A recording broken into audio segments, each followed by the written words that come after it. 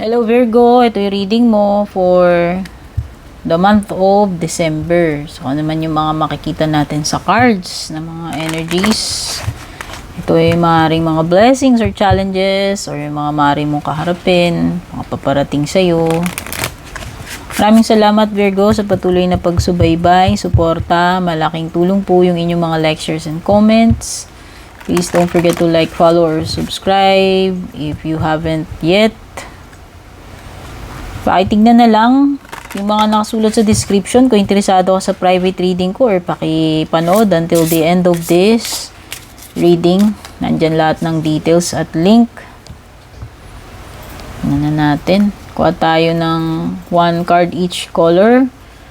Kuha tayo ng house. Kuha tayo ng planet. Kuha tayo ng zodiac sign. Kuha rin tayo nito. Tayo ng isa dito. Ayan, tignan na natin. Ano ba yung pinaka overall energy or main theme ng December mo? Nakasalalayan dito sa actual house mo. Love.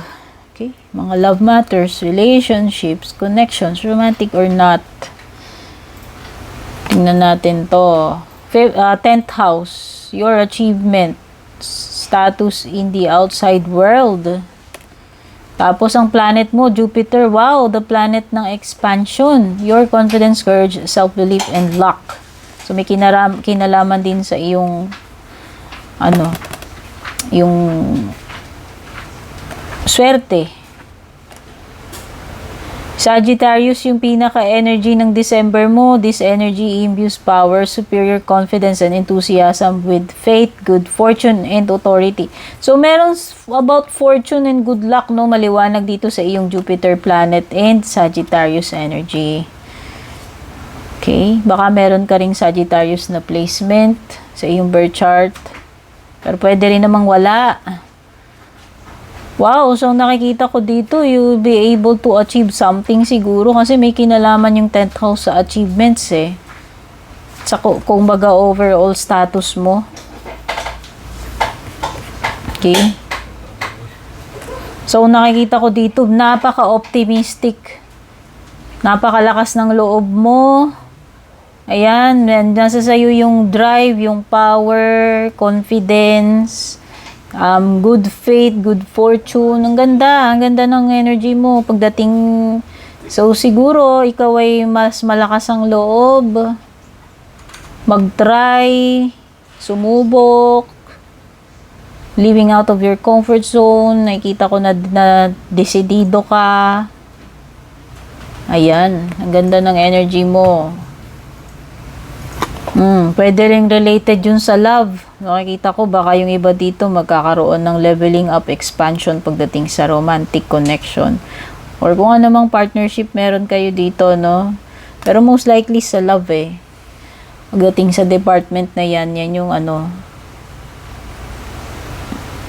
sineswerte kayo ngayon, ngayong December na yung nakikita ko. Ganun ka-strong yung energy mo with Jupiter and Sagittarius. And kaya nga most likely ma-achieve mo yung gusto mong ma-achieve, no? Yung status na gusto mong marating. When it comes to love or when it comes to your career, yan. Ano pa natin? Hope, yeah. Okay, ito na lang. Lumitaw na yung entrepreneur at saka ito, sige kunin na natin kasi dalawa. Baka talagang dapat nating basahin yan. Okay? O baka yung iba sa inyo, gusto nyo mag-start ng business, enterprise, at magiging successful kayo dyan. Or baka ito expansion ng inyong business. Oh. Be on the lookout for exciting business opportunities to unfold. Ang ganda. Hindi na nakakapagtaka kasi meron kang Jupiter energy dyan. So, ibig sabihin talaga, nag-e-expand ka ngayong December eh, mapa-business mo man yan. Ayan, may opportunities na mag-unfold sa iyo. Oh, wake up call. Ano pa to? You are about to discover your life purpose. Ayun na nga, baka isa yun sa achievement na makukuha mo kasi meron ditong something about achievement kay 10th house eh. So, sa tingin ko, makikita mo na yung pinaka-niche mo kung di mo pa nahahanap. Ano yung true north mo? Ano talaga yung calling mo? Ayan. Kasi ito ay calling, wake up call yan, no? So, nakikita ko dito is pagiging aware or mahahanap mo ano talaga yung kung saan ka magiging successful, saan ka talaga magiging famous or established or sikat. Kasi kita ko dito meron kang something na madidiscover mo sa sarili mo, Virgo. Based dito sa iyong wake up call. At ang maganda pa doon magkakaroon ka pa ng opportunities para ikaw ay mas lalo pang mag-expand, lumago, mag-level up. Okay? So, maganda. Pwedeng sa love din yan, no? Baka yung iba sa inyo, may wake-up call kayo pagdating sa love life ninyo, or may wake-up call kayo pagdating sa ano ninyo, sa career, sa business ninyo. Kasi parang calling yung sasagutin mo dyan Candle, you will be shown the way. You are guided this December. Unti-unting mag-unfold yung path para sa iyo. Yung nakikita ko nga kasi you are about to discover your life purpose. So, magka-relate naman sila nung candle card. You are going to deal with an older man. Sabi dito, dealings or relationship with an older man. Whatever kind of relationship yung tinutukoy dyan. Wala namang specific na sinabi. O pwede lang mas may edad siya sa'yo or kung sino man yung mas may edad sa inyo. Ladder, sabi ko na nga, expansion, Jupiter. Ito, 10th house is about achievements. So may maaanla ka definitely, may expansion, may pag-angat, pagtaas, paglago, leveling up, climbing towards success. So ang ganda, napaka-powerful ng iyong cards ngayong December, Virgo. Tignan pa natin when it comes to your love life. So, ibang usapan naman yung love life. Pero meron din binabanggit kasi dyan about love. So, yun ay titignan natin yung overall energies pagdating sa love life mo ngayong December. Dito sa tatlong card na kukunin ko.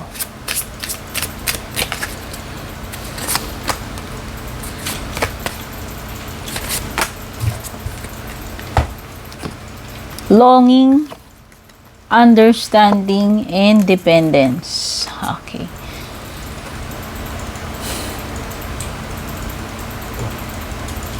So, nakikita ko nagkakaroon na kayo ng attachment dito sa person na to or pareho kayo.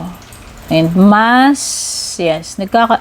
nagbi-build na ng, it could be na lumalalim. Kasi nga, related din dito sa iyong main team yung love.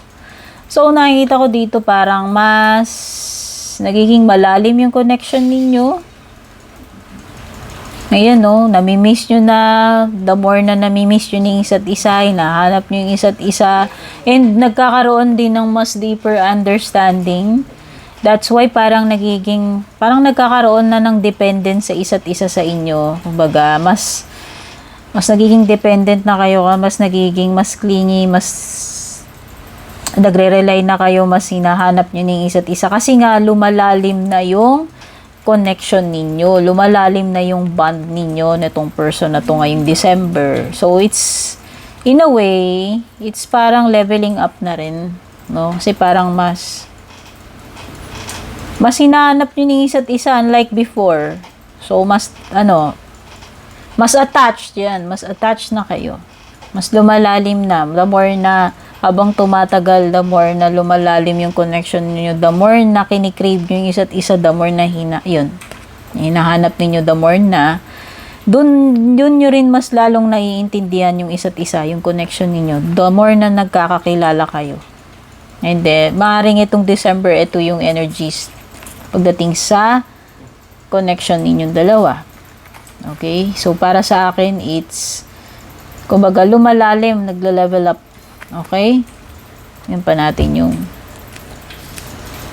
ibang energies.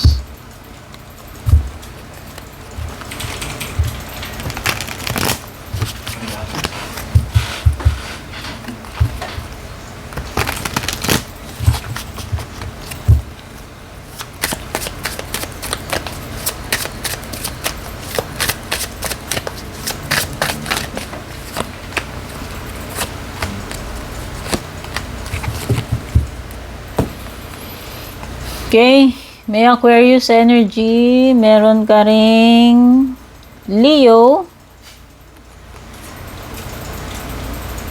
tsaka Hangman. Wow, victory!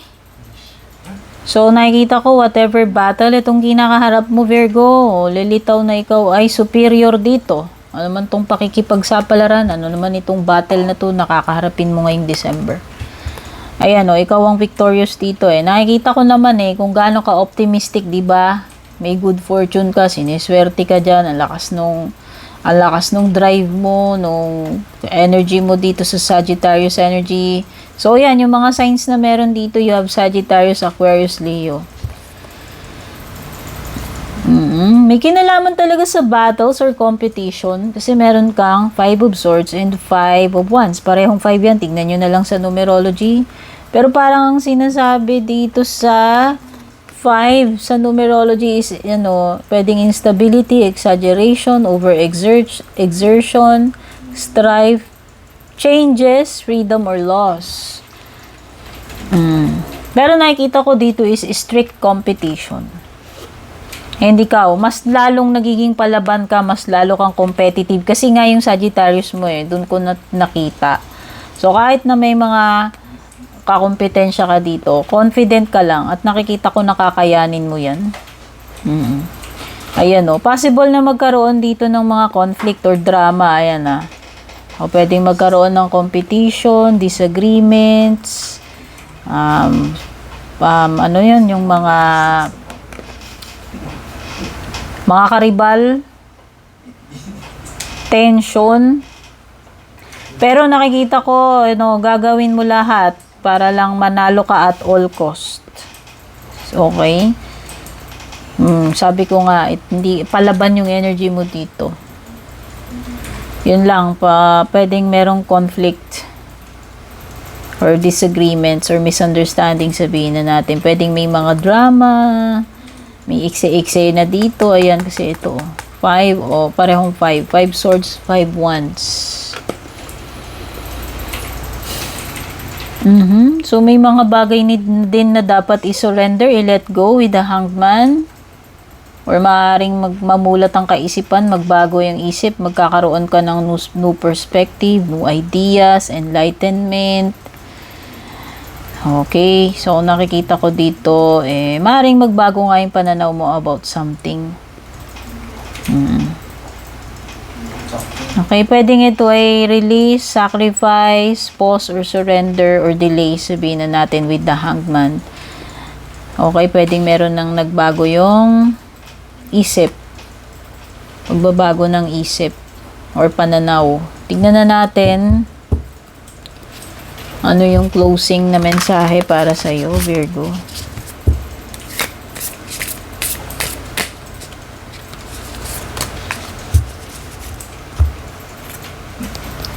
Bring love into the situation. New Moon in Aquarius. Siguro nga, ito na yon yung nakikita kong pagbabago. Ayan, love Okay, so ang lakas ng energy. Siguro iba sa inyo kung single kayo, may darating na love para sa inyo ngayong December. O mas paiiralin nyo yung pagmamahal instead of anything else. Mas paiiralin ninyo yung mas maging mapagmahal kayo kaysa ma-pride. Example lang yun. Okay? So, ano man itong situation na to, sa tingin ko, mas makakatulong na mas pairalin yung love kaysa yung ego. Kasi ito, kasi nagkakaroon ng conflict dito, mga pagtatalo. Kasi siguro, pinapairal yung galit, yung emotions, yung pride, yung ego. So, mas makakatulong nga daw na to bring love into the situation. Yun yung advice sa iyo, sa iyong closing card. Virgo, yan. So, sana makatulong sa iyo itong reading. Take care. God bless. Babush. And kung balak nyo pong mag-book or mag-inquire ng personal readings ko, basahin nyo lamang po itong nakasulat sa screen or yung nakalagay sa description.